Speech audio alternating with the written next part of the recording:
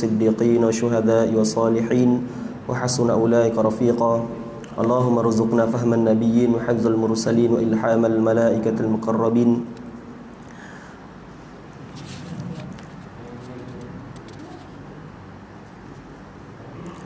قالوا سبحانك لا علم لنا إلا ما علمتنا إنك أنت العليم الحكيم. Assalamualaikum warahmatullahi taala wabarakatuh. InsyaAllah yang dimuliakan Tuan Imam, Tuan Nazir, Tuan Bilal dan setiap yang hadir ke rumah Allah Subhanahu wa taala. InsyaAllah Allah Subhanahu wa taala merahmati kita semua. Secara mengejut, pukul 6 lebih tadi Ustaz Syakil call, dia kata free tak untuk kuliah. Jadi saya kata free saja. Boleh gantilah maknanya. Jadi sebelum ni telah pun saya sampaikan kuliah berkenaan dengan fadilat qiraatul Quran mujtami'in, qiraatul Quran jamaah mujtami'in. Fadilat ataupun kelebihan orang yang membaca Al-Quran secara berjemaah dan bersama-sama. Jadi hari ini sama juga, kita mungkin banyak menyentuh tentang Al-Quran, tetapi hari ini saya skupkan sedikit berkenaan dengan tajwid. Tajwidul Quran. Biasa orang yang mengaji Al-Quran dia mesti tahu, nak ataupun tak nak, dia kena tahu apa itu ilmu tajwid. Tetapi kebiasaannya kita amali, tajwid amali. Apa maksud amali? Maknanya kita praktis. Kita baca bertajwid, baca Bismillahirrahmanirrahim. Itu bertajwid lah maknanya. Setiap kali kita baca Quran, termasuklah surah apa-apa yang kita baca, mesti bertajwid. Itu amali. Maknanya sekali kita baca Al-Quran dengan amali tajwid. Kalau zaman dulu kebanyakannya kita belajar Al-Quran secara talaqi, tetapi kita tidak mengetahui teori, kita hanya amali. Guru baca begitu, kita ikut. Tapi hari ini manusia dia semakin advance. Maknanya orang dekat Malaysia ke kat selatan dunia dia makin advance dengan perlu mengetahui apakah itu tajwid. Jadi hari ini mungkin saya perlu ataupun saya boleh share sedikit sebanyak kepada tuan-tuan dan puan-puan berkenaan apa itu tajwid. Tajwid ni tuan-tuan kalau boleh disebut, yang saya hari ini saya baca satu kitab lah, Tajwidul Quran Asas, karangan disusun oleh Ustaz Abu Mardiyah dan telah disemak oleh Ustaz Ashri bin Latif Al-Berlisi, iaitu Mudir Mahat Tahfiz Al-Zahrah Ulu Langat Selangor. Jadi kitab ni biasa saya baca di surau-surau lain, masjid-masjid lain lah. Jadi hari ini saya akan bacalah untuk pelajaran yang ada di dalam ni, iaitu ada pada pelajaran 1 ataupun fasal yang pertama, iaitu tentang asas-asas ilmu tajwid. Biasa diungkapkan kata-kata ini, kalau tak kenal maka tak cinta. Apa makna kata-kata? Apa takbir? Apa di sebalik makna ni yang kita kena faham. Kalau kita hanya tahu, tidak mengenal ataupun tidak memahami, tidak ada rasa menghargai kalau kenal. Tapi kalau kita kenal dengan faham, kita lebih menghargai. Kita lebih tahu apa tujuan dia, apa keperluan dia, apa kepentingan dia. Jadi apakah itu ilmu tajwid tuan-tuan? Makna tajwid ni adalah pada bahasa memperelokkan sesuatu. Tajwid ni dia asal kerataan dia, sulasiun dia adalah jawada. Jawada yujawidu tajwidan, elok. Jawada elok. Tajwid ni dengan makna memperelokkan bacaan. Itu memperelokkan sesuatu. Kalau kita khusus dalam bab Al-Quran, maknanya memperelokkan bacaan Al-Quran. Kalau ada anak saya baru dapat anak, saya letak nama Ajwad. Ajwad ni kalau dalam bahasa Arab isim tafdil, dengan makna lebih baik, lebih elok makna dia. Contoh tuan-tuan, kalau biasa kita guna perkataan a kat depan ni. Contoh perkataan aswad, lebih hitam, arsyad, lebih membimbing, ajma'in, macam-macam lah perkataan yang kita boleh gunakan. Isim tafdil jayyid namanya. Pada istilah pula, dia mengeluarkan huruf hijaiyah. Maknanya pada istilah mengeluarkan huruf hijaiyah dari makhrajnya. serta diberikan hak sifat asli yang ada pada huruf. Kita bincangkan satu persatu. Mengeluarkan huruf hijaiyah daripada makhrajnya. Apa itu makhraj? Makhraj ni tuan-tuan dia isim makan. Dia asal perkataan kharaja. Kharaja ni kalau dalam bahasa Arab maksudnya keluar. Keluar. Khuruj, keluar. Kan? Khuruj kalau orang datang lambat belajar kan kita khuruj, keluar. Kita tak nak ada dia kat sini. Kharaja ni maknanya keluar.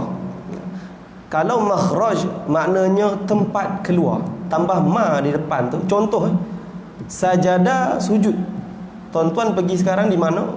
Masjid. Masjid maksudnya tempat sujud. Tambah ma ke depan. Sama juga tuan-tuan sekarang tengah buat apa? Jalasa, duduk. Kalau tuan-tuan duduk secara beramai-ramai ni disebut sebagai majlis. Tempat duduk. Majlis tu maksudnya tempat duduk. Banyaklah isim perkataan bahasa Arab yang sebenarnya kita telah gunakan. Majlis tu bahasa Arab sebenarnya, masjid dan sebagainya. Bolehlah kita praktikkan. Jadi makhraj ni maknanya tempat keluar. Jadi di dalam kita punya mulut ni tuan-tuan, sampailah kepada halqum ataupun halaq, dia ada beberapa tempat keluar huruf. Di halaq ataupun tempat keluar bunyi, di halaq, di jauf, di syafatain ataupun di bibir, di khayshum, di hidung. Hidung hanya gunnah. Jadi itu tempat keluar. Manakala serta diberikan haknya. Hak ni apa tuan-tuan? Kalau dalam bahasa Melayu disebut di sini hak, sifat. Hak ni merupakan sifat asli yang ada pada huruf, dan mustahaknya sifat yang mendatang. Kita sebut satu-satu. Huruf ni tuan-tuan dia ada sifat. Sifat dia ada dua. Huruf, contoh saya sebut huruf ra. Ra dia ada sifat dia. Sifat dia apa tuan-tuan? Takrir, iaitu bergetar. Itu hak. Hak ni maknanya kena tunaikan. Tuan-tuan hidup kat muka bumi ni, apa yang tuan-tuan kena tunaikan hak dia? Haknya Allah Subhanahu Wa Taala letakkan pada tuan-tuan. Sama ada hak tu apa manusiawi yang kena tunaikan. Contoh makan, kena tunaikan tak? Itu hak yang perlu tuan-tuan tunaikan. Pakaian hak tak? Hak yang perlu tuan-tuan tunaikan. Sebab apa? Dia menutup aurat, itu sebahagian daripada agama, kena tutup aurat. Kemudian mustahak ni apa tuan-tuan? Mustahak ni benda yang mendatang. Mustahak ni maknanya kalau kita boleh istilahkan penting. Adakah perkara penting tu perlu kita tunaikan tuan-tuan? Penting perlu ditunaikan, tapi sekiranya ada perkara yang lebih penting, kita kena tahu apa aulawiyatnya, apa yang lebih utama. Itu contoh dia. Contoh di sini, kalau contoh sifat ra itu adalah takrir, itu hak dia. Mustahak adalah sifat yang lahir ataupun yang mendatang daripada sifat huruf ra, takrir. Contoh sekiranya dia contoh ra sifat dia kita ambil huruf lain lah tuan-tuan. Huruf sad. Sad sifat dia isti'la, tebal. Di dalam Al-Quran ada 7 huruf isti'la. Ta, dha, ghain, kha, qaf, ta, dha, sad, dad. 7. Jadi sifat dia tuan-tuan isti'la, dan sifat dia itbaq. Maknanya kita meninggikan pangkal lidah. Bukan tuan-tuan buat sebut huruf dha, tebalkan pada bunyi, tapi secara apa praktisnya tuan-tuan perlu meninggikan pangkal lidah ataupun menyempit. Kita punya mulut tu terasa sempit. Ni saya dapat daripada guru saya lah. Dha, contoh dha, ta, ta. Kalau makhraj huruf ta kat mana tuan-tuan? Hujung lidah kena belakang, gurusi ke atas tu. Apa sifatnya lahir daripada sifat ni? Ada sifatnya lahir daripada sifat asli dia. Itu makna je. Jadi kalau kita belajar tajwid ni, pertama tuan-tuan kena faham apa tajwid yang disebut sebagai, yang tak boleh salah, lahanul jali dan lahanul khafi. Lahanul jali, kalau sekiranya tuan-tuan buat kesalahan ini, maka mendatangkan dosa sekiranya belajar tak berguru lah. Manakala lahanul khafi, sekiranya lakukan, dia tidak mendatangkan dosa. Contoh tuan-tuan baca Al-Quran, sengaja mengubah huruf ataupun baris, maka ini adalah lahanul jali, mendatangkan dosa. Manakala lahnul khafi contohnya sifat yang tak keluar. Sin sifatnya sofir tapi tak keluar bunyi sofir. Jadi itu lahnul khafi. Kemudian hukum belajar ilmu tajwid. Ini dibincangkan, lama dah dibincangkan. Apakah hukum mempelajari ilmu tajwid? Wajib ke, fardu ain ke, fardu kifayah? Maklum disebut iaitu fardu kifayah. Kalau di kafa ustaz-ustaz sebut fardu tak payah. Budak-budak mindset, oh tak payahlah aku buat, sampai tua tak buat. Fardu kifayah ni maknanya gugur sekiranya ada satu kelompok yang dah buat. Kita kecilkan skop dalam keluarga. Apa fardu kifayah? Satu orang bapa ataupun keluarga, ayah, pemimpin perlu menuntut ilmu tajwid. Dia tak tergugur sekiranya kalau satu keluarga tak belajar ilmu tajwid, maka satu keluarga berdosa. Seorang belajar, adakah di situ gugur? Tidak tuan-tuan, kena faham betul-betul. Seorang belajar, dia perlu pimpin yang lain dalam keluarga, kena ajar yang lain pula, anak-anak, isteri dan sebagainya. Itu disebut fardu kifayah tuan-tuan. Sama juga tuan-tuan, fardu kifayah mendirikan solat jenazah. Oh, tak apalah dia dah buat, kita tak perlu. Oh, bukan tuan-tuan. Dia buat, dia tunaikan sekiranya ada jenazah. Tetapi kita perlu belajar. Ilmu adalah fardu ain. Menuntut ilmu fardu ain. Nah, begitu. Dan beramal dengannya fardu ain.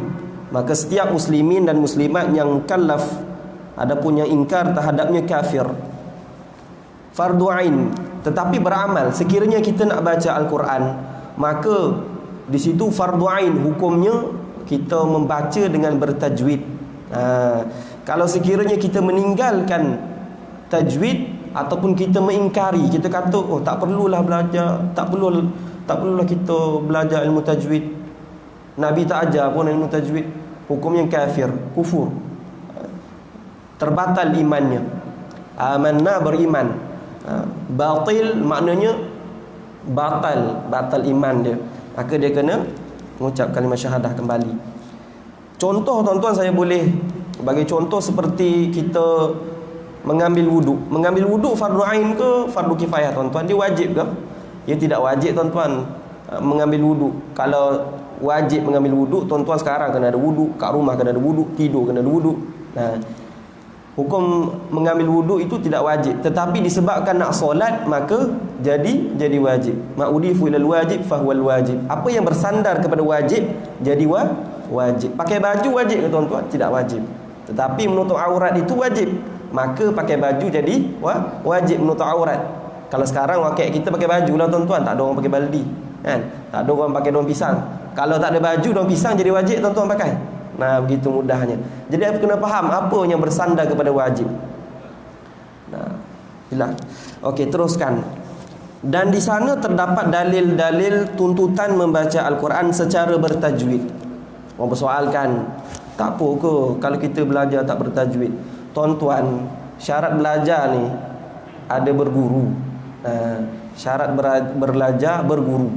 Sekiranya belajar tidak berguru, maka syaitanlah guru dia. Itu penting. Itu syarat belajar. Saya selalu sebut kata-kata sahabat saya ni tuan-tuan. Dia kata, apa cara kita ni nak baca Al-Quran, nak menuntut ilmu dan sebagainya, tak nak berdosa. Dia kata syarat dia berguru. Sebab orang yang berguru ni dimaafkan, afallah. Sebab dia masih belajar. Orang masih belajar ni tuan-tuan dimaafkan kesalahan dia. Tapi orang yang dah rasa diri dia berilmu, tak nak belajar, dia nak mengajar saja. Saya sampai sekarang menuntut ilmu tak pernah berhenti. Kita cari guru ni, kita mengajar Quran, kita pun cari. Mana-mana pun kita cari, surah mana pun kita cari, supaya kita ni ada panduan. Orang yang tak berguru, dia akan, ilmu ni tuan-tuan, dia bukan benda yang, kalau dia tak murajaah, bukan benda yang kekal kat ingatan kita tuan-tuan. Ada ilmu tuan-tuan, cahaya yang sampai kepada hati dia. Ada ilmu mungkin sampai kepada mufakkirah, fikiran saja, kemudian muzakirah, disimpan saja. Benda yang simpan tuan-tuan, dia hilang, dia tak kekal. Jadi dia kena murajaah, kena selalu muzakarah dengan guru, terutama guru lah tuan-tuan. Jadi sebab tu perlunya belajar sentiasa ada guru.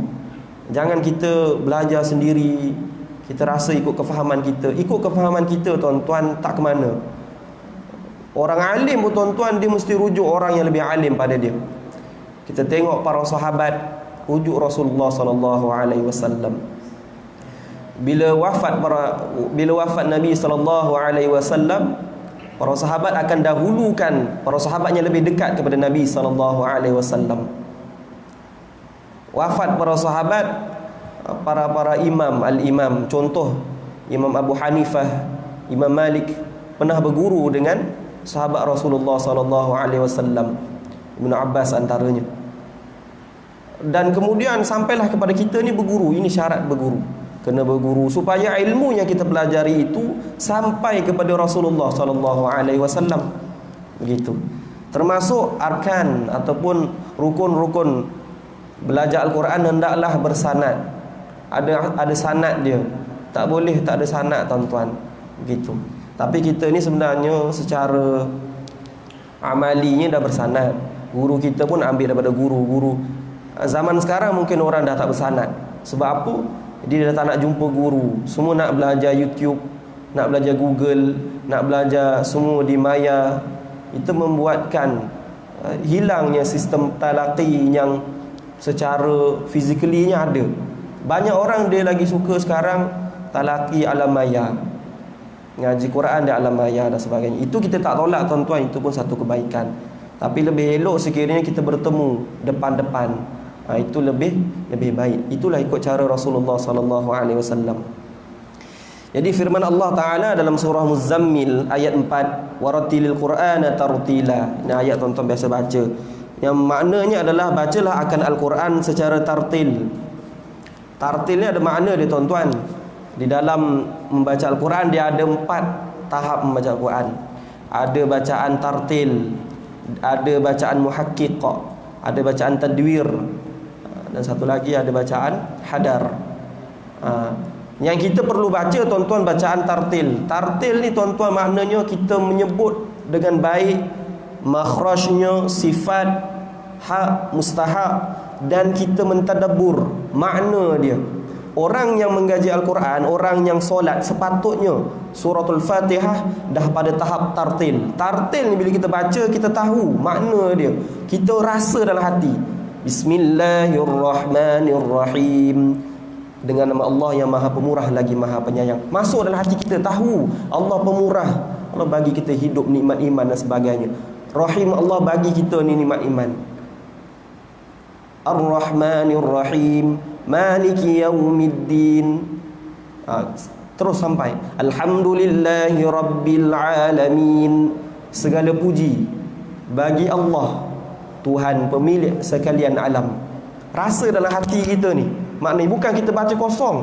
Ada orang dia tak hargai solat, dia solat cepat sampai sujud dia macam burung. Tak macam tu sekali. Sebab dia tak menghayati solat, dia tidak menghayati Al-Fatihah, surah, dia tak faham apa. Zaman sekarang orang solat sekadar menyempurnakan saja. Dia tak faham. Allahu Akbar, Bismillahirrahmanirrahim, Alhamdulillahirabbil alamin, Arrahmanirrahim, Maliki Yaumiddin. Macam tu. Lepas tu dah. Solat dia tak ada asar, dia tak ada kesan dalam diri. Bila solat tak ada kesan dalam diri, ini tak ada had dia. Ada orang dia selari maksiat, kat luar dia makan rasuah. Makan rasuah banyak sekarang, buat benda-benda tak baik dan sebagainya, tapi solat. Sebab apa? Solat tidak memberi kesan dalam hati dia. Dia sekadar menyempurnakan saja. Dia solat ni dia ibarat macam turun-temurun. Ayah aku solat, aku solat. Untung dia solat, tuan-tuan. Hari ni ramai orang tak solat, tuan-tuan, kat luar sana. Itulah ayat yang biasa saya dapat. Untung dia solat, ustaz. Kalau dia tak solat lagi lah, siapa nak tanggung? Nilainya di mana? Kesannya tak ada dalam hati. Solat ni, tuan-tuan, kita solat, kita sempurnakan fardu ain. Kita nak Allah terima di sisi Allah Subhanahu Wa Taala amal kita. Kalau kita buat sekadar saja, tuan-tuan, macam kita nak pergi cari kerja, nak interview pakai baju selekeh, pakai slipper, tambahlah saya lah pakai kopiah sikit, kopiah baju pagoda. Nak kerja tinggi. Orang terima ke tuan-tuan? Orang tengok pakaian orang dah tolak. Don't just book by cover lah katanya. Oh tengok orang dah tak terima. Sebab apa? Attitude. Tengok pemakaian. Sebab tu Rasulullah SAW qudwah dia tuan-tuan, bukan sekadar sifat Rasulullah tuan-tuan, tapi pakaian Rasulullah SAW, kata-kata Rasulullah, semua meliputi segala-galanya. Itu yang kita kena ambil. Kemudian sabda Rasulullah SAW tuan-tuan, hadis, innallaha ta'ala yuhibbu an yuqra al-Qur'an ghaddan kama unzil. Riwayat Ibnu Khuzaimah, yang bermaksud sesungguhnya Allah Ta'ala menyukai akan hambanya yang membaca Al-Quran bertepatan sebagaimana ia diturunkan. Inilah sebab kenapa belajar Al-Quran perlu bersanad, perlu daripada guru, biar kita yakin dengan bacaan kita, bukan kita main-main sebut saja. Kemudian di sini disebut juga tuan-tuan tumpuan perbincangan. Apa tumpuan perbincangan di dalam ilmu tajwid? Iaitu dalam membahaskan kalimah-kalimah di dalam Al-Quran. Sebab apa tuan-tuan? Kalimah ni kita perlu cantikkan dengan tajwid, sebab dia nak memaknakan dengan per ayat. Per ayat ni tuan-tuan, nak memahami ayat itu perlu dengan kalimah. Tak boleh faham kalimah sahaja tanpa memahami konteks keseluruhan ayat. Hari ini orang berbahas panjang lebar tentang ayat Al-Quran tuan-tuan, tentang ayat muhkamat, hukum, tentang ayat mutasyabihat, ayat-ayat tashbih. Hari ini orang bergaduh tentang mentakwil ayat, apakah makna ini. Itu pun lebih berat. Jadi sebab tu perlu dengan ilmu tajwid. Kemudian kelebihan, apakah fadilat mempelajari ilmu tajwid tuan-tuan? Kerana ia semulia-mulia ilmu, kerana ia berkaitan terus dengan kalam Allah Subhanahu wa taala. Khairukum man ta'allama al-Quran wa 'allamah. Sebaik-baik kamu adalah orang yang mempelajari Al-Quran dan mengajarkannya. Sebaik-baik manusia, antara manusia yang terbaik di dunia ni mempelajari Al-Quran. Tak kisahlah dia dah jadi guru ke, dia mengajar ke, kena ada guru. Begitu. Semulia-mulia ilmu tuan-tuan. Ilmu ni penting.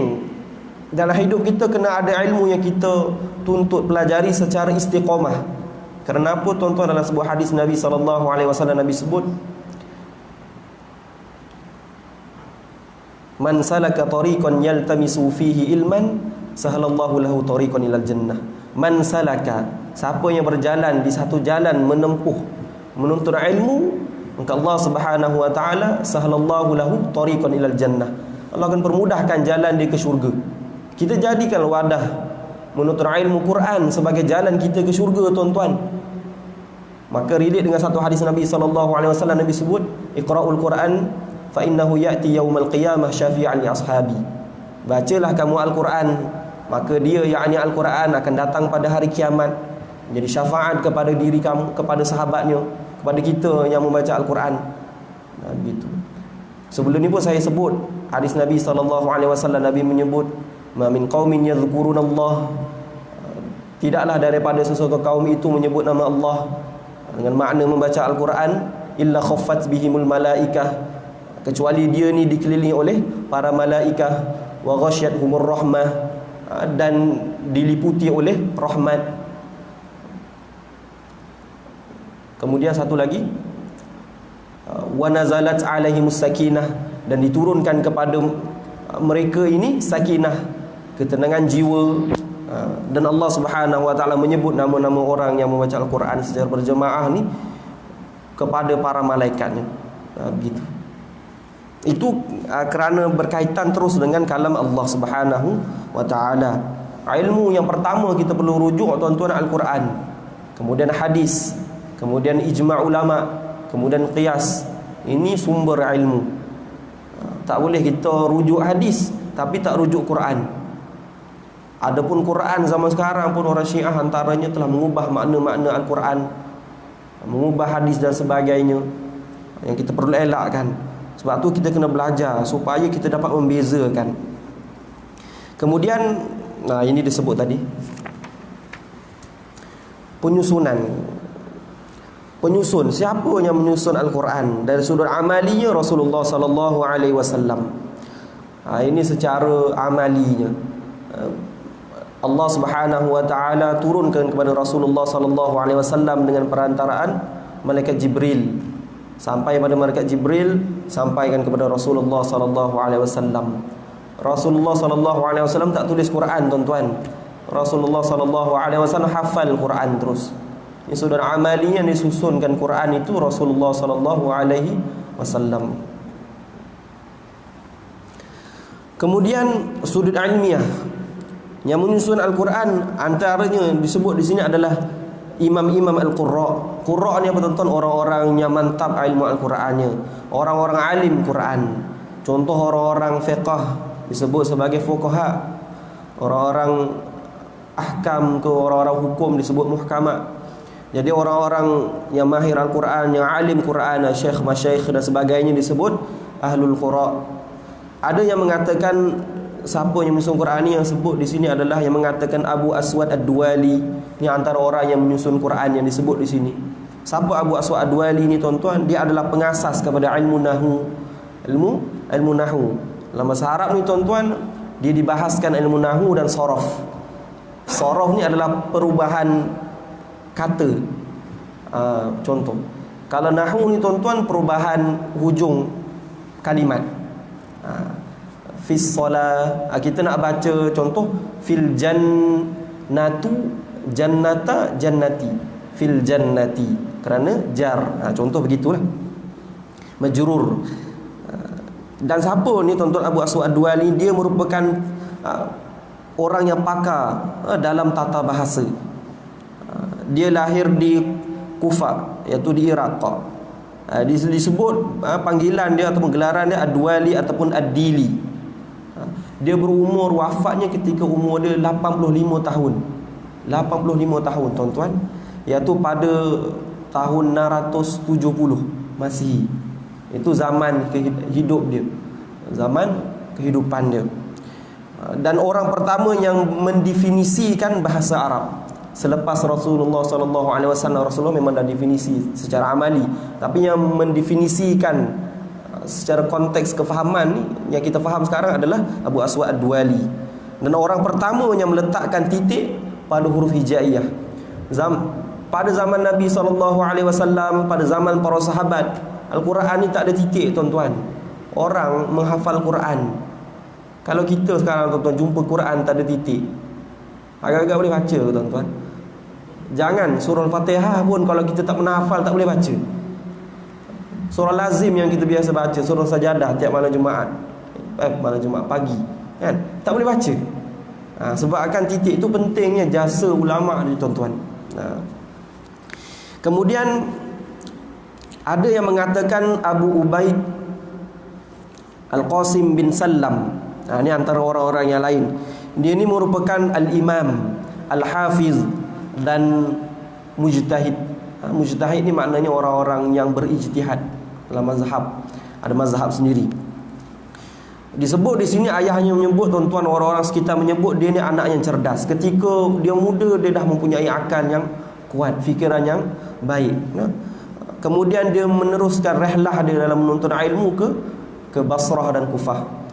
Dan pada satu kemudiannya dia dilantik menjadi qadi oleh pada zaman Sabit bin Nasr bin Malik.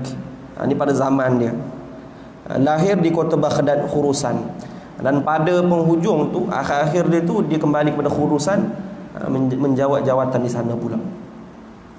Ni kita kenal tuan-tuan nama para imam ni tuan-tuan untuk dapatkan barakah tuan-tuan. Tak sampai Quran kepada kita dengan baik sekiranya imam-imam ni tak wujud tuan-tuan. Imam-imam ni banyak berjasa. Hari ini kita boleh mahir Quran, baca Al-Quran dengan baik, mudah membaca Al-Quran. Sebab apa? Sebab ada jasa-jasa para imam, para ulama yang hebat-hebat ni tuan-tuan, memudahkan. Disebut ilmu dobtul Quran, memudahkan Al-Quran. Hari ini lebih advance tuan-tuan. Al-Quran ada warna, ada baris dan sebagainya. Zaman dulu tak ada baris, tak ada titik, tulisan bentuk pun lain, tak macam sekarang. Begitu. Dan kemudian ada juga yang mengatakan Al-Khalil bin Ahmad Al-Farahidi. Dia merupakan orang yang hidup, ulama yang hidup pada 718 dan 791 Masihi, pakar bahasa Arab dalam sains dan tata bahasa. Dia juga pakar dalam menghasilkan asas bahasa Arab dalam kitab dia Al-Ain. Dan dia juga yang membuat teks piawaian dalam penemuan peletakan harokat dalam Al-Quran, dalam abjad bahasa Arab. Itu yang kita sebut fathah, kasrah, dhammah. Fathah membuka mulut, kasrah dan dhammah. Dia yang mengasaskan. Kemudian serta dia ni juga orang yang pakar dan mempelopori bidang musikologi, iaitu konsep matra dalam penulisan sajak. Di dalam orang Arab ni tuan-tuan, dia bila nak mengarang kitab ke dan sebagainya, dia ada sajak ataupun syair untuk menghafal ilmu. Kalau dah azan bagi tahu ya. Belum lagi ya. Nah, begitu hebatnya ulama-ulama ni tuan, jasa besarnya. Sampailah Al-Quran kepada kita ni tuan-tuan dengan baik, mudah difahami, boleh baca, mudah, senang. Cuba bayangkan kita hidup pada zaman dahulu kala. Pada zaman silam mungkin kita ni jadi orang yang tidak mahir, mungkin tak boleh baca Quran langsung, dan sebagainya. Dan contoh dikata disebut masalah yang dibincangkan dalam ilmu tajwid adalah kaedah-kaedah membaca Al-Quran. Kaedah ni tuan-tuan maknanya besar. Ada kaedah dalam pembahagian qiraat. Qiraat ni tuan-tuan, kalau dalam negara kita ni Sab'ah ada 7. Kalau orang yang belajar di Mesir dan sebagainya, tambah lagi 3 Durrah, ada 10 qiraat jenis bacaan. Bacaan kita riwayat Hafs Asim. Kita punya tariq ataupun turuk tajwid kita ambil Syatibi. Kena belajar dalam skop ni lah tuan-tuan. Membaca Al-Quran dalam qiraat yang kita belajar, tak boleh kita bercampur aduk. Begitu. Qiraat ni benda yang dah disepakatkan, ijtihad ulama. Begitu. Rasulullah SAW tuan-tuan zamannya dia tak karang, dia tak tulis Quran. Tapi pada zaman Sayyidina Abu Bakar tuan-tuan, Quran ni dikumpulkan. Kerana selepas kewafatan Rasulullah SAW, ramai yang tak nak bayar jizyah, cukai tak nak bayar, mengaku Nabi. Jadi Sayyidina Abu Bakar ni mengarahkan untuk perang orang-orang ni. Jadi antara orang-orang yang memerangi golongan ni adalah hufaz, itu orang-orang yang menghafal Quran. Jadi banyak syahidnya itu daripada orang-orang yang menghafal Quran. Sebab tu saya selalu dengar daripada antara guru saya, dia sebut, dia kata Al-Quran ni tuan-tuan sampai kepada kita hasil daripada titisan darah para hufaz, mujtahid, para orang yang mujahidul Quran, orang yang jihad ke atas Quran. Begitu sampai kepada kita, alhamdulillah. Kemudian dikumpulkan, kemudian pada zaman Uthman tuan-tuan dibukukan dan ada Quran yang dah sampai ke negara-negara luar tu diminta dibakar supaya Quran ni tidak berlaku pertumbungan dalam membaca yang terlalu banyak. Begitu.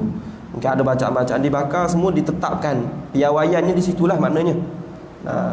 Bayangkan ya, daripada proses itu berapa ratus tahun tuan-tuan, sampailah kepada zaman Abu Aswad Ad-Duwali tuan-tuan, barulah dititikkan, kemudian dibariskan pada zaman Al-Khalil bin Ahmad Al-Farahidi, baru dibariskan.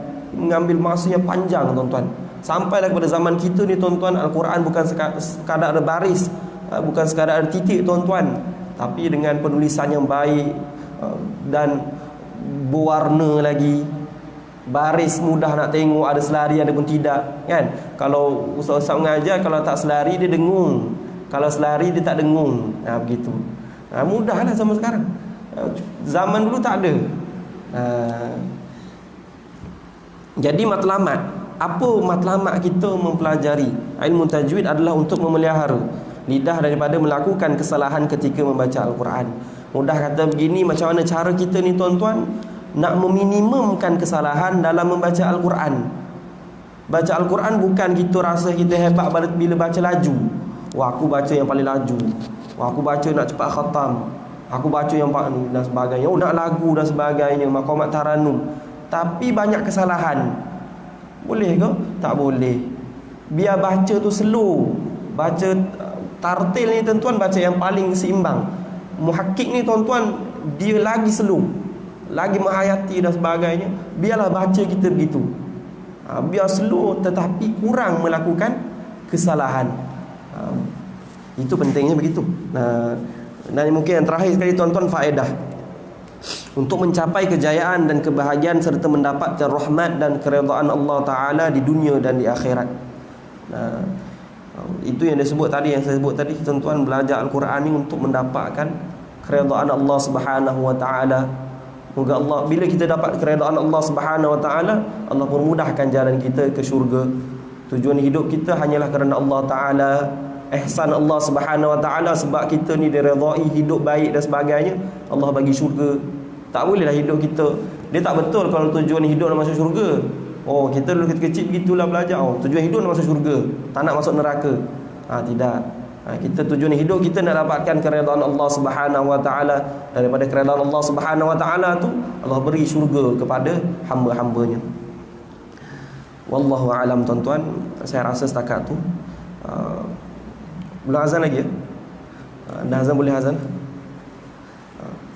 Allah Subhanahu Wa Ta'ala merahmati kita tuan-tuan atas apa yang kita pelajari hari ini. Apa yang baik tu datang daripada Allah Subhanahu Wa Ta'ala, dan apa yang tidak baik tu datang daripada diri saya tuan-tuan. Allah Subhanahu Wa Ta'ala merahmati kita. Kita tutup dengan tasbih kafarah, surah wal 'asr dan doa tilawah. Subhanallah bihamdi, asyhadu an la ilaha illa anta, astaghfiruka wa atubu ilaik. Wal 'asr innal insana lafi khusr illa alladhina amanu wa 'amilus salihati wa tawasaw bil haqqi wa tawasaw bis sabr. أعوذ بالله من الشيطان الرجيم. بسم الله الرحمن الرحيم. اللهم ارحمنا بالقرآن واجعله لنا إماما ونورا وهدى ورحمة.